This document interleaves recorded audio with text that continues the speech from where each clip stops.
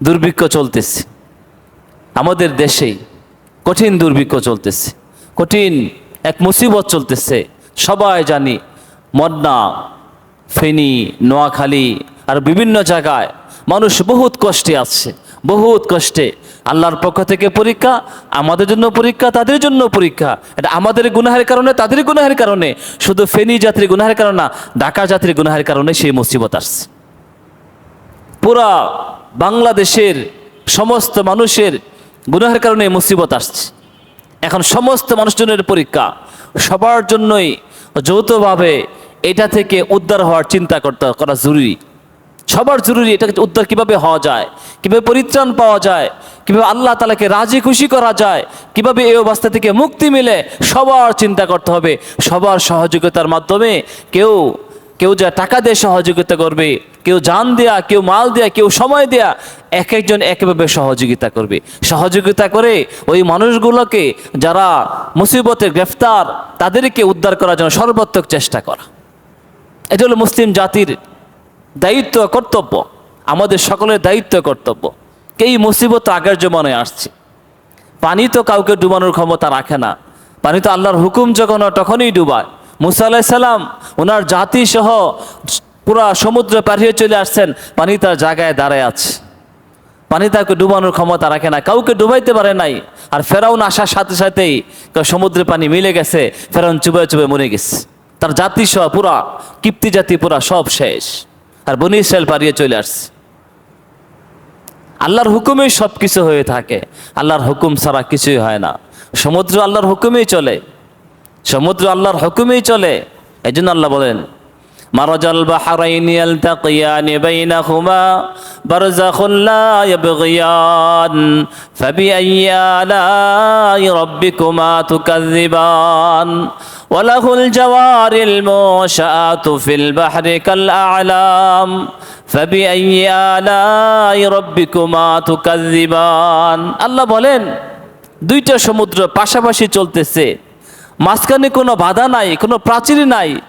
একটা মিষ্টি পানি, একটা লোনা পানি, দুই সমুদ্র চলতেছে আল্লাহ তাআলার হুকুমে। দুই সমুদ্র চলতেছে, লোনা পানি যায়া মিষ্টি পানির ভিতরে প্রবেশ করে না, আর মিষ্টি পানি যায়া লোনা পানির ভিতরে প্রবেশ করে না।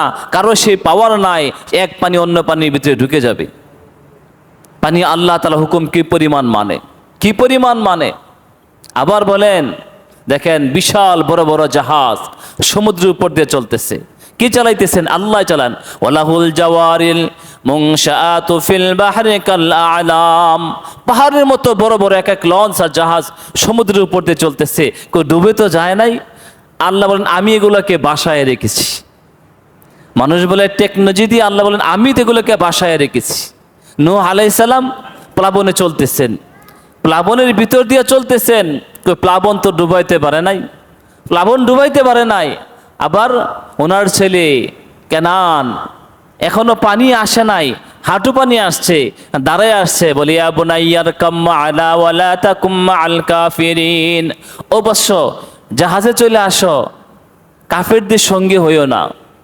ছেলে বলে সাআবি ইলা জাবালি ইয়াসিমুনি মিনাল মা, না না, ওই যে বিশাল বড় পাহাড় দেখা যায়, আমি যে সেই পাহাড়ে উঠবো, পাহাড়ে উঠলে এই সমুদ্রের পানি, বন্যার পানি আমাকে আর কোনো ক্ষতি করতে পারবে না। আল্লাহ বলেন, ওয়াহালা বাইনাহুমাল মাউজু ফাকানা মিনাল মুগরাকিন। এই কথাবার্তা চলার মাঝখানে এক ঢেউ চলে আসছে, ছেলে একবার ভাসে চলে গেছে, আর টিকে থাকতে পারে নাই। আল্লাহ যাকে চান তাকে ডুবায় দেন, আর যাকে চান তাকে বাসায় দেন, যাকে চান তাকে বাসায় দেন। সাদ্দাত, তার মার জান কবজ হয়েছে, সে মাত্র ভূমিষ্ঠ হয়েছে, তার মা একটা তক্তার দূরে আছে, তক্তাতে। ওই অবস্থায় প্রসব বেদনা শুরু হয়েছে, সাদ্দাত ভূমিষ্ঠ হয়েছে, তার মা তাকে তক্তার উপর রাখছে। আল্লাহ বলে, আজরাইল যাও, সাদ্দাতে মার জান, ওই যে শিশু বাচ্চার জানটা কবজ করে নিয়ে আসো। জান কবজ করে নিয়ে আসছে, আল্লাহ তাকে লালন পালন করেছে। পানি তাকে মারতে পারে নাই, পানি মারার ক্ষমতা রাখে না। প্রত্যেকটা মাখলুকাত আল্লাহ তাআলার হুকুমেই চলে। পানি কাউকে ক্ষতি করতে হলে আল্লাহর হুকুমেই করতে হবে, আল্লাহর হুকুম ছাড়া ক্ষতি করতে পারবে না। আর কোনো ব্যক্তিকে আগুনে পুরাইতে হলে আল্লাহর হুকুম লাগবে, আল্লাহর হুকুম ছাড়া আগুন পুরাইতেও পারবে না। দুনিয়া যত জিনিস সব কিছু আল্লাহর হুকুমে চলে, সব কিছু আল্লাহর হুকুমে চলে। এখন আল্লাহর হুকুম হয়েছে আমাদেরকে পরীক্ষায় ফেলে দিয়েছেন। এখন পরিত্রাণের উপায় কি? পরিত্রাণের উপায় হইল, আগেকার সাহাবীদের জমানা যখন দুর্ভিক্ষ, তখন তাদের আমল কেমন ছিল, তাদের আমলগুলো কেমন ছিল, তারা কি আমলগুলো করতেন, এমন কি আমল করতেন যে আমলগুলো এখনও আমাদের জন্য আজও মডেল হয়ে আছে। হেকায়েতে সাহাবা কিতাবে লেখা আছে, এক লোক তার বন্ধুকে একটা বকরির মাথা হাদিয়া দিচ্ছেন। কেন হাদিয়া দিচ্ছেন? যেহেতু তার ঘরে পর্যাপ্ত মোটামুটি একবেলা চলার মতো খাবার আছে, কারণ ওই ভাইয়ের ঘরে কোনো খাবার নাই। ছাগলের মাথাটুকু পাঠায় দিছেন যেন ওই ভাই কমপক্ষে একবেলা খাইতে পারেন। ছাগলের মাথা যাওয়ার পরে সে চিন্তা করতেছে, আমরা তো ঘরে মাত্র 2 জন মানুষ, কোনোভাবে খায়া না খায় পারে দিতে পারবো, কিন্তু আমার যে আরেকজন বন্ধু আছে, ওনার তো অনেক ছেলে মেয়েও আছে, তারা তো নিজেরা না খেয়ে থাকলেও বাচ্চাগুলো কিভাবে না খেয়ে থাকবে, তাদের পরিত্রাণের জন্যে এই মাথাটুকু ওই ঘরে পাঠিয়ে দিচ্ছেন। ওই ঘরে যাওয়ার পর চিন্তা করলো, আরে আমরা বাচ্চা তো মোটামুটি বড় আছে, না খায় থাকতে পারবে কিছু সময়, আমাদের পাশের যে বন্ধু আছে সে তার বাচ্চা কাচ্চাগুলো ছোটো, সে কিভাবে না খেয়ে থাকবে, তার কাছে পাঠায় দিই। তার কাছে পাঠায় দিছে। সে পাঠানোর পর চিন্তা করতেছে, আরে আমরা তো একটু আগে না খাইলাম, এখন তো রাত্রে পর্যন্ত না খায় থাকতে পারবো, আমাদের পাশের যে ঘর আছে সে তো খাই নাই, তার কাছে পাঠায় দিই। এভাবে ঘুরিয়ে আসতে আসতে প্রথম যে ব্যক্তি বকরির মাথা দিয়েছিল তার ঘরে আবার ফিরে আসছে, তার ঘরে আবার ফিরে আসছে। সাহাবীদের জমানার দুর্ভিক্ষের হালত, এটা দুর্ভিক্ষের হালত। ইয়ারমুকের যুদ্ধের সময়, ইয়ারমুকের যুদ্ধে 3 জন আহত হয়েছেন, একজন আহত হয়েছেন, হওয়ার পর বলতেছেন পানি, এক ভাই ধরে পানি নিয়ে আসছেন, তার কাছে যখন পানি নিয়ে গেছেন, গ্লাস নিয়ে গেছেন, আরেকবার চিৎকার দিচ্ছে পানি, বলো ওনার কাছে নিয়ে যাও, আমার চেয়ে ওনার পানির বেশি প্রয়োজন। পানি নিয়ে ওনার কাছে গেলেন, আর যাওয়ার পর আরেকবার চিৎকার পানি। দ্বিতীয় লোক বলছে আমার বেশি প্রয়োজন নাই, আমার চেয়ে ওই ভাইয়ের বেশি প্রয়োজন, ওনার কাছে যাও। ওনার কাছে যাইতে যাইতে ওই লোক শহীদ হয়ে গেছেন। ফিরে আসেন দ্বিতীয় লোকের কাছে, আয়েশা দেখেন উনিও শহীদ হয়ে গেছেন। ফিরে আসেন প্রথম লোকের কাছে, আয়েশা দেখেন উনিও শহীদ হয়ে গেছেন। কারো পানি খাওয়া হয় নাই, অপরের ভাইকে প্রাধান্য দিতে দিতে। এটা ছিল তাদের জমানার আমল। নিজের অবস্থা, নিজের প্রয়োজন থাকা সত্ত্বেও অন্য ভাইকে প্রাধান্য দিতেন, তার প্রয়োজনকে বেশি বড় মনে করতেন। ইউসিরুনা আলা আনফুসিহিম ওয়ালাউ কানা বিহিম খাসাসা, অন্য ভাইকে প্রাধান্য দিতেন নিজের প্রয়োজন থাকা সত্ত্বেও, আরেকজনের বেশি প্রয়োজন তাকে দিয়ে দিতেন। এটা ছিল সাহাবীদের দুর্ভিক্ষের সময় আমল। হযরত ইউসুফ আলাইহিস সালাম 7 বছর দুর্ভিক্ষ ছিল। 7 বছর উনি কখনো 3 বেলা খাবার খান নাই, 3 বেলা খাবার খান নাই, কোনো গোস্ত রুটি খান নাই। ওনার এই 7 বছর আমল এরকম ছিল, 3 বেলা খাবার খান নাই, গোস্ত রুটি খান নাই। কেন? দুর্ভিক্ষ দূর না হওয়ার পর উনি গোস্ত খাবেন না, রুটি খাবেন না, 3 বেলা খাবার খাবেন না, ওইরকম প্রতিজ্ঞা করছেন। যখন দুর্ভিক্ষ তখন তিনি গোস্ত খাইছেন। তাদের আমল ছিল এরকম। তোমার ফারুক রাদিয়াল্লাহু আনহুর জামানায় দুর্ভিক্ষ হয়েছে, 1 বছর দুর্ভিক্ষ। 1 বছর পর্যন্ত উনি কখনো উটের গোস্ত খান নাই, কোনো গোস্তই খান নাই 1 বছর পর্যন্ত। সাহাবীদের আমল ছিল এরকম। যখন কোনো কষ্ট শুরু হয়ে গেছে, কিভাবে দূর করা যায়, কিভাবে সেটাকে লাঘব করা যায়, সেই ফিকিরে সবাই পেরেশান থাকতেন, সবাই পেরেশান থাকতেন। এজন্য জাতির জন্য দায়িত্ব হইল, বর্তমান যে পরিস্থিতি আছে, প্রত্যেকটা ব্যক্তির, প্রত্যেকটা মানুষের, প্রত্যেকটা মুসলমানের দায়িত্ব তাদের পাশে দাঁড়ানো। রাসূল সাল্লাল্লাহু আলাইহি ওয়াসাল্লাম বলেন, আল কুল্লু মুসলিমিন কাজাসাদিন ওয়াহিদিন, সমস্ত মুসলমান একটা শরীরের মতো, একটা বডির মতো। একটা বডির ফায়দা কি? ইস্তাকা রাসু ইস্তাকা করলো, মাথায় যদি আঘাত লাগে পুরা শরীর ব্যথায় জর্জরিত হয়ে যায়, চোখে যদি আঘাত লাগে পুরা শরীর ব্যথায় জর্জরিত হয়ে যায়, হাতের আঙ্গুলে যদি আঘাত লাগে পুরা শরীর ব্যথায় জর্জরিত হয়ে যায়, তদ্রুপ পুরা মুসলমান একটা অঙ্গের মতো, একটা বডির মতো। বিশ্বের যে কোনো প্রান্তে কোনো মুসলমান মুসিবতগ্রস্ত হবে, সমস্ত মুসলমানের দায়িত্ব হয়ে যায় ওই মুসলমান ভাইকে সাহায্য করা, তাকে সহযোগিতা করা। রাসূলুল্লাহ সাল্লাল্লাহু আলাইহি ওয়াসাল্লাম এই কথাটুকু সারা 1400 আগে বলে গিয়েছেন। ভারতবর্ষের রাজা দাহির এক মুসলিম মহিলার উপর কোন অত্যাচার করেছে, জুলুম করেছে। সে বলছে, ইয়া আল হাজ্জাজ, ও হাজ্জাজ তুমি আমাকে সাহায্যের জন্য এগিয়ে আসো। এই আওয়াজ হিন্দুস্তান থেকে ওই জায়গায় কীভাবে পৌঁছবে? ঘুরসোয়ার মুসলমান ঘোড়া নিয়ে দৌড় শুরু করছেন। যে বলছেন, ও হাজ্জাজ ভারতবর্ষের রাজা দাহির এক মুসলিম মহিলার উপর অত্যাচার করেছে, সে তোমাকে সাহায্য আবেদন করেছে, সে সিংহাসনে বসা ছিল, ওই জায়গা থেকে দাঁড়িয়ে গেছে, বলছে হ্যাঁ আমি আসতেছি, আমি তোমার ডাকে সাড়া দিচ্ছি। ওই এক মহিলার উপর জুলুমের কারণে হিন্দুস্তানে 17 বার আক্রমণ করেছে। একজন মুসলিম মহিলার অপর জুলুম করার কারণে তার প্রতিশোধ নেওয়ার জন্য 17 বার আক্রমণ করেছে, প্রতিশোধ নিয়ে গেছে। তবু সে কোনো মুসলিম ইতিহাসে ভালো কোনো লোক ছিল না, কোনো দিনদার শাসক ছিল না, কোনো পরহেজগার শাসক ছিল না, কিন্তু মুসলমান ছিল। মুসলমান হওয়ার কারণে অপর এক মুসলমানের উপর নির্যাতন হয়েছে, সে সহ্য করে নাই, ওই প্রতিশোধ নেওয়ার জন্য হিন্দুস্তানে 17 বার আক্রমণ করেছে, ভারতবর্ষে 17 বার আক্রমণ করেছে। এখন আমরা তো আমাদের পাশেই, খুব কাছেই, ফেনী, নোয়াখালী আর বিভিন্ন জায়গায় মুসলমান কত কষ্টে আছে, কত বেশি কষ্টে আছে। ফেসবুকে ঢুকলে দেখা যায় মানুষ হাউমাউ করে কাঁদতেছে, মরা লাশ ভাসতেছে, কিন্তু তাকে সাহায্য করার মতো কেউ নাই। বারবার বলছে টাকা লাগবে না, একটু জনবল দিয়ে আমাকে উদ্ধার করে নিয়ে আসেন, একটু উদ্ধার করে নিয়ে আসেন। মানুষের আর্তনাদ, কান্না, চিৎকার। বিভিন্ন প্রতিষ্ঠানের ছাত্ররা 2 তলা 3 তলায় বসে আছে, না বাথরুমের ব্যবস্থা আছে, না খাবারের ব্যবস্থা আছে, না পানীয় কোনো ব্যবস্থা আছে। মানুষ কি পরিমাণ কষ্টে আছে। আজকে যদি সে কষ্ট আমরা পড়তাম, আমাদের অবস্থাটুকু কি হইতো, কি হইতো আমাদের অবস্থাটুকু। এই জন্য প্রত্যেকটা মুসলমানের দায়িত্ব তাকে সহযোগিতা করা, তাদেরকে সাহায্য করা, জান প্রাণে তাদের পাশে দাঁড়ানো, তাদের পাশে দাঁড়ানো। আলহামদুলিল্লাহ অনেক সংগঠন কাজ করতেছে, অনেকেই কাজ করতে সহযোগিতা করতেছে, আরো ব্যাপক হারে কাজ করা দরকার।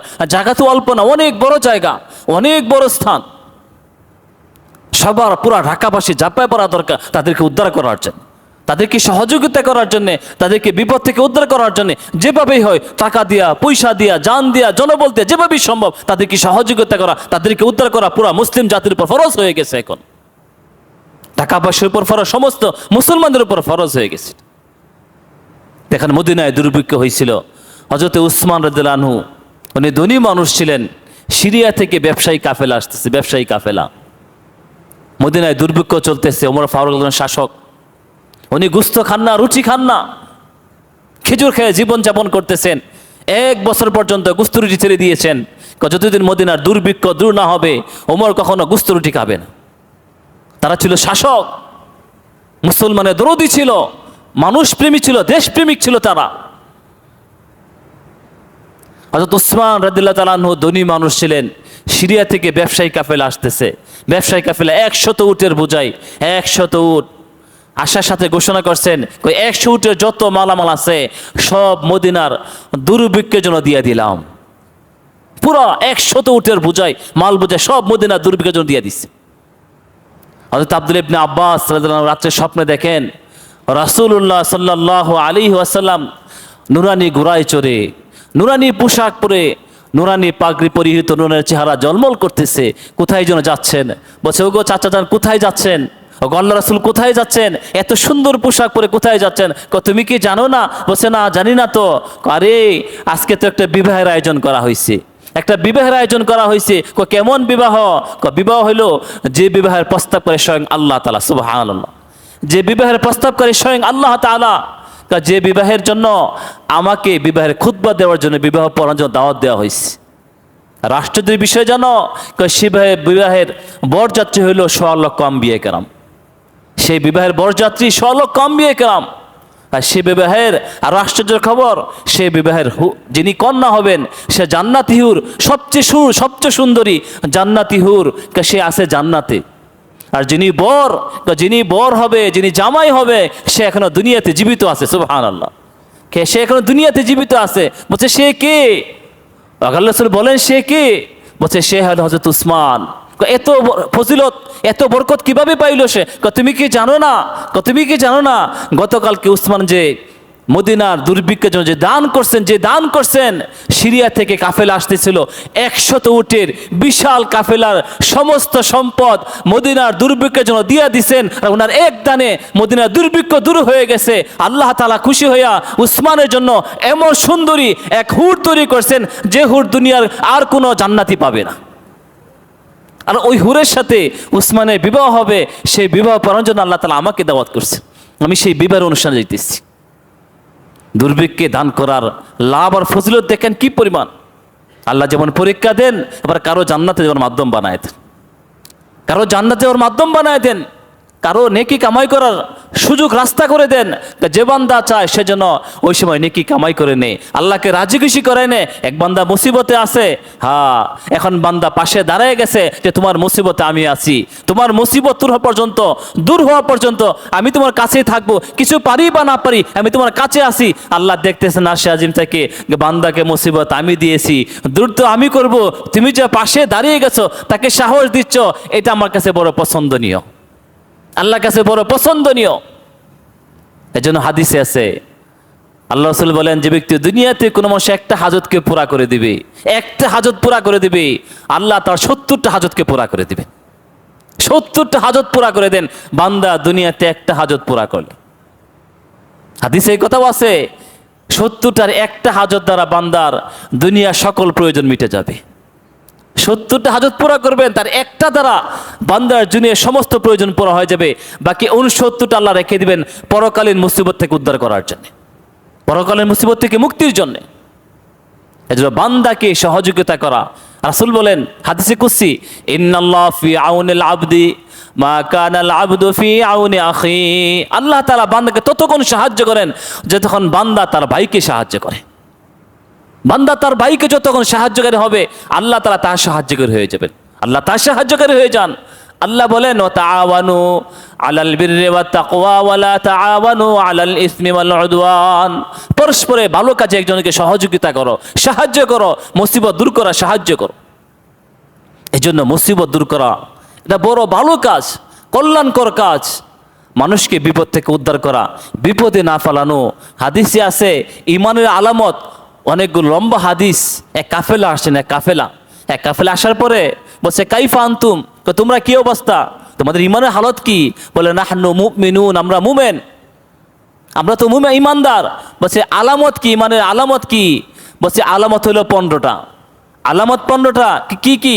5টা আপনার কাছ থেকে শিখেছি, 5টা আপনার কাছ থেকে শিখেছি, আর 5টা সাহাবীদের কাছ থেকে শিখেছি, আর 5টা পূর্ববর্তী ধর্মের লোকদের কাছ থেকে শিখেছি।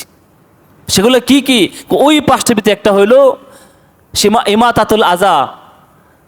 শত্রুর যদি শত্রু যদি হয়, সে যদি মুসিবতে পড়ে, তার মুসিবতে খুশি না হওয়া। একজন শত্রু, পক্ষের লোক না, মুসলমান না, শত্রু বিপদে পড়ে গেছে, তার মুসিবতে খুশি না হওয়া, তাকে সাহায্য করা, এটা ইমানের আলামত, ইমানের আলামত। আমি যে পাক্কা ইমানদার হয়ে থাকি, পাক্কা ইমানদার হইলে আমার জিম্মাদারি দায়িত্ব হইল অপর মুসিবতগ্রস্ত ভাইকে সাহায্য করা। শুধু ফেনী এলাকার, নোয়াখালীর, পুরো বাংলাদেশের বন্যায় দুর্গত এলাকা না, আমার পাশে যে ভাই আছে সে যদি মুসিবতে পড়ে তাকেও সহযোগিতা করা, হোক সে আমার শত্রু, হোক সে আমার গুরু শত্রু, জানের শত্রু, যে কোনো শত্রু হোক না কেন, যে কোনো পর্যায়ের লোক হোক না কেন, যখন সে বিপদে পড়ে তাকে সহযোগিতা করা জরুরি, তাকে সাহায্য করা জরুরি। প্রত্যেক মুসলমানের জিম্মাদারি, প্রত্যেকটা মানুষের জিম্মাদারি তাকে সাহায্য করা। এই জন্য যেহেতু বন্যায় মানুষ অত্যন্ত কষ্টে আছে, তাদেরকে সহযোগিতা করা দরকার। এই সহযোগিতা আমরা সবাই করতে চাই নাকি? এখন গিয়া সহযোগিতা করা যা, টাকা দিয়েও সহযোগিতা করা যা, সবভাবেই সহযোগিতা করা যা। আপনাকে টাকা দিয়ে সহযোগিতা করতে রাজি আছেন? সবাই রাজি নাকি টাকা দিয়ে সহযোগিতা করতে? তাহলে আমি সবার আগে এই বন্যার দুর্গত লোকের জন্য 1000 টাকা দিলাম। আপনারা কে কে দিবেন? দিয়ে দেন, দিয়ে দেন। কে কে দিবেন? তাড়াতাড়ি দিয়ে দেন। হয়তো অনেক লোক আসছে, তারা যাবে দেখার জন্যে। আমি সবার আগে আপনার সামনে দিয়ে দিলাম। একজন কাতারে কাতারে হেঁটে যাই, তাড়াতাড়ি উঠে নেই, বন্যা দুর্গত লোক সাহায্যের জন্য যে যা পারে দিয়ে দেয়, শরিক হই। হয়তো আল্লাহ তাআলা এই শরিক হওয়ার দ্বারা আপনাকে আমাকে এই কঠিন আরো বড় মুসিবত থেকে উদ্ধার করে দিবেন। এবং হয়তো আল্লাহ জিজ্ঞেস যদি করে বসেন যে তোমার দেশে ফেনী এলাকার লোকগুলো এত বেশি মুসিবতগ্রস্ত হয়েছিল, তাদের পরিত্রাণের জন্য তুমি কি কাজ করে, আল্লাহকে কি বলবো? তখন যে আমি আল্লাহকে কি বলবো? এই বলার জন্য, আল্লাহ আমি বেশি কিছু পারি নাই, আমার সামর্থ্য যা ছিল আমি আমার সামর্থ্যের ঊর্ধ্বে উঠে এই কাজটুকু করেছি। এজন্য নিজের কাছে যা আছে সর্বোচ্চ দেওয়ার চেষ্টা করি বন্যার দুর্গত লোকদের সহযোগিতার জন্যে। বারান্দা যারা আছে একজন উঠায়নি, দ্বিতীয় তলা যারা তারাও একজন করে উঠায়নি। সোমবার দিন রাত্রে উলামায়ে কেরাম একটা কাফেলা ওই জায়গায় সহযোগিতা করার জন্য যাবে, সোমবার দিবাগত রাত্রে। এবং আরও অনেকেই আছে, এই একটা কাফেলা আছে ছোট ছোট ছাত্র ভাইদের জন্য, তারাও যাবে, তারাও আমাকে জানাইছে। এজন্য সবাই সহযোগিতা করি। যেন সকলকে আমরা দিয়ে দিলাম, তারাও টাকা নিয়ে গেল, ওলামা কেরাম বলে টাকা নিয়ে গেল। সাথে কেউ যদি না থাকে পরে আইসা দিয়ে গেলেন তবেও পৌঁছে যাবে ইনশাল্লাহ।